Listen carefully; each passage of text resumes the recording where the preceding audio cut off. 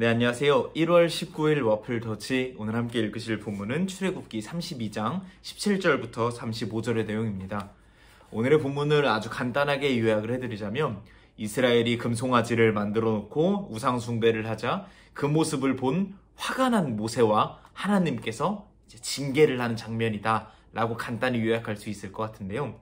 사실 이스라엘이 잘못했다라는 것도 명백하고 이를 향해서 모세도 또 하나님도 분노하시고 화를 낸다라는 것도 이해가 되기는 합니다. 그런데 조금은 읽다 보면 약간 의아하고 약간 지금 상식으로는 좀 이해가 안 되고 좀 과하다고 생각이 되는 부분들이 있습니다. 그래서 제가 오늘 성경을 위에서부터 차근차근 함께 읽어보면서 조금 과해 보이는 어떤 행동들, 그런 분노의 표현들 속에 담긴 어떤 상징들과 의미들을 하나하나 좀 설명을 해드리려고 합니다. 가장 먼저 17절에 보면 여호수아가 모세와 함께 산에서 내려오다가 이스라엘 백성들이 우상 숭배하는 모습을 귀로 들으면서 이제 저 멀리서 소리가 나겠죠. 그걸 귀로 들으면서 모세에게 전쟁이 난 것 같습니다. 싸움이 난 것 같습니다. 라고 이야기를 합니다. 이에 대해서 모세가 이제 저건 싸움이 아니라 노래하는 소리인 것 같다. 이런 대화가 오고 가죠. 가장 첫 번째로 들었던 의문은 이 대화가 어떤 것을 의미하고 있는가라는 것이었습니다. 이미 여호수아는 사실상 전쟁에 굉장히 익숙한 사람이었습니다. 그래서 항상 선봉장으로 앞서서 싸웠고 항상 전쟁터의 소리가 어떤 의미인지 어떤 느낌인지 잘 알고 있었을 것입니다. 근데 전쟁터와 그 우상 숭배하는 소리가 닮았을 리도 없고 좀 굳이 들어간 이야기 같습니다. 그런데 이것이 들어간 어떤 상징적인 의미는 하나님 없는 예배의 행위만 남은 것이 얼마나 전쟁터와 같은 아비규환과 같은 모습인가를 의도적으로 보여주고 있는 것은 아닐까 하는 생각이 들었습니다. 실제로 하나님 없는 우리의 삶, 예배 행위만 남고 종교 행위만 남아버린 우리의 삶이 정말 전쟁터와 같은 아비규환의 그 모습 그 자체인 그런 모습을 우리가 생각해 볼 수 있을 것 같습니다. 그리고 이제 19절에 보면은 모세가 이제 우상 숭배하는 모습을 보면서 화가 너무 나서 하나님께 방금 받아온 그 10계명이 적혀있는 돌판을 바닥에 깨뜨려 버립니다. 그래서 일부 어떤 사람들은 이걸 가지고 모세의 혈기 어린 모습, 모세가 여전히 예전에 그 이집트 사람을 때려 죽였던 그 혈기가 남아있는 것이다 라고 표현을 하기도 하는데 그것도 일부 맞다고 생각을 합니다. 모세의 어떤 인간적인 성품을 여기서 보여주는 것도 어느 정도 있다라고 저도 생각을 하는데 더 나아가서 하나님의 계명이 어떤 의미를 담고 있는 것인지를 보여주고 있다라는 생각이 들었습니다. 무슨 말이냐면 오늘 읽은 본문 아래 이제 커넥트 부분에 굉장히 좀 정확하게 표현이 되어 있는데 하나님의 율법은 친밀함이 전제되어 있을 때 우리를 이끄는 방향성이다라고 표현을 하고 있습니다. 이것이 굉장히 맞는 표현이라고 생각을 합니다. 하나님의 율법은 하나님과 저희와의 관계가 아예 없는 채로 그냥 명령으로서만 존재해서 수동적으로 따르기만 하는 것이 아니라 하나님과 우리가 관계가 되어 있을 때 그때 우리가 방향성을 틀어서 조금씩 하나님 원하시는 방향대로 쫓아가는 것입니다.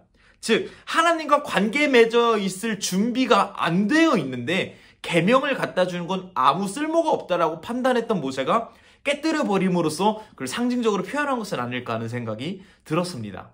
예를 들어서 제가 이제 20대 초반 어렸을 때 친구들 중에 그런 친구가 있었습니다. 좀 철딱선이었고 이런 친구들은 막 현재 여자친구가 이미 있는 상황인데 굉장히 사이가 막 안 좋고 이럴 때 아직 헤어지기도 전인데 저한테 와서 나 얘랑 금방 헤어질 거니까 다른 여자친구 좀 소개시켜줘 이렇게 말하는 철딱선이 없는 친구들이 있었습니다.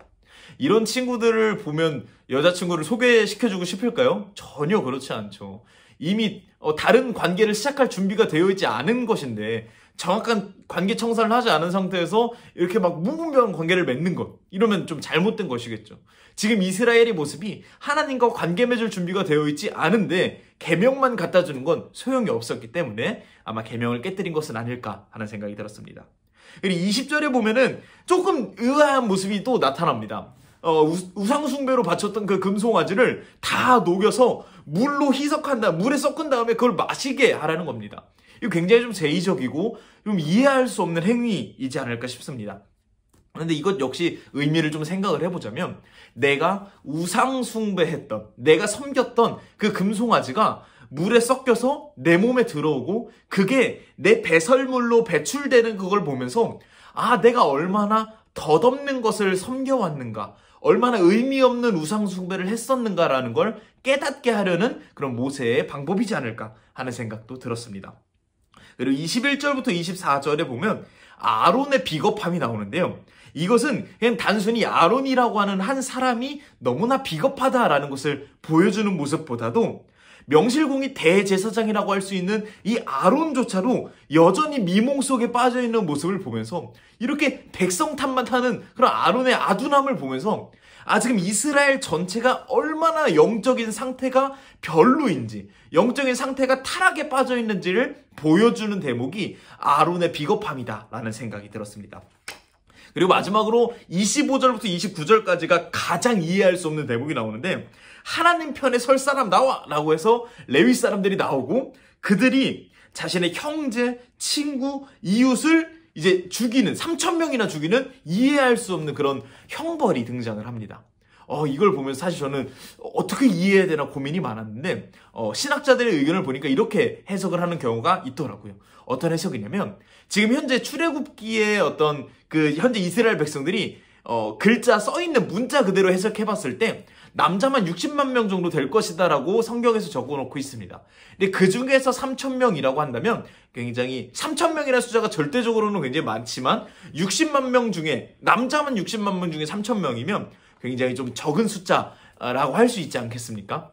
그리고 또 형제 자매 뭐 가족을 죽였다라고 하는데 이것도 문자적으로 형제 자매를 죽였다기보다는 내 이웃이라고 할지라도 그 3,000명이 어떤 존재냐에 따라서 죽일 수도 있었다라고 표현을 하기도 하더라고요.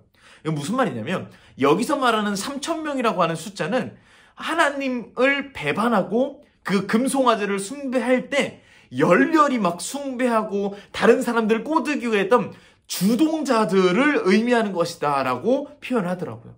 그래서 이 우상숭배의 뿌리를 뽑는다라고 하는 말을 이렇게 상징적으로 표현한 것이다 라고 많은 신학자들이 이야기를 하더라고요. 그래서 우상숭배의 뿌리를 뽑기 위해서는 내 가족이라 할지라도 죽일 수 있어야 한다 라고 하는 어떤 그런 절대적인 표현을 말한 것 같습니다. 그런데 그리고서 이제 30절부터 34절까지는 모세가 백성들을 대신해서 하나님께 용서를 구하는데 용서를 구할 때 어떻게 구하냐면 자신의 생명을 걸고 구하고 있습니다.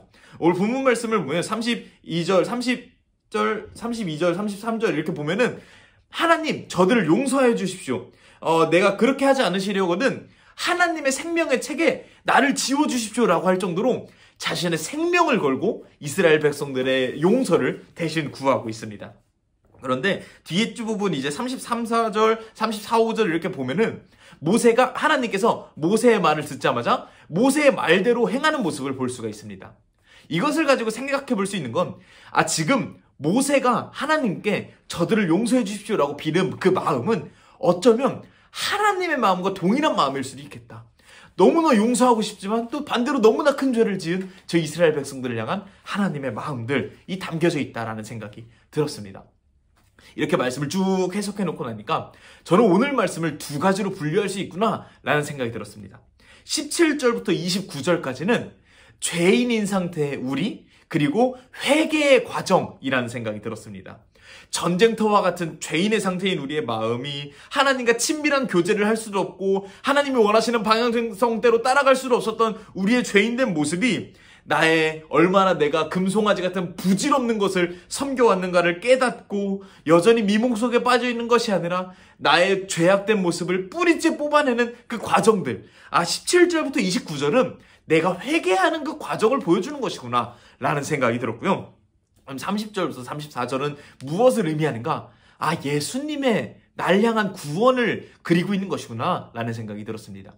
생명을 걸고서 자신의 목숨을 걸고서 우리를 용서하기 위해서 하나님 앞에 나아갔던 그 예수님 그리고 그 모세와 마찬가지로 예수님도 하나님도 우리를 구원하기 위한 그 마음으로 일맥상통했던 것 이런 것들을 오늘 본문에서 보여주고 있는 것이구나 라는 생각이 들었습니다. 오늘 본문의 여러 요소들을 말씀을 드렸습니다.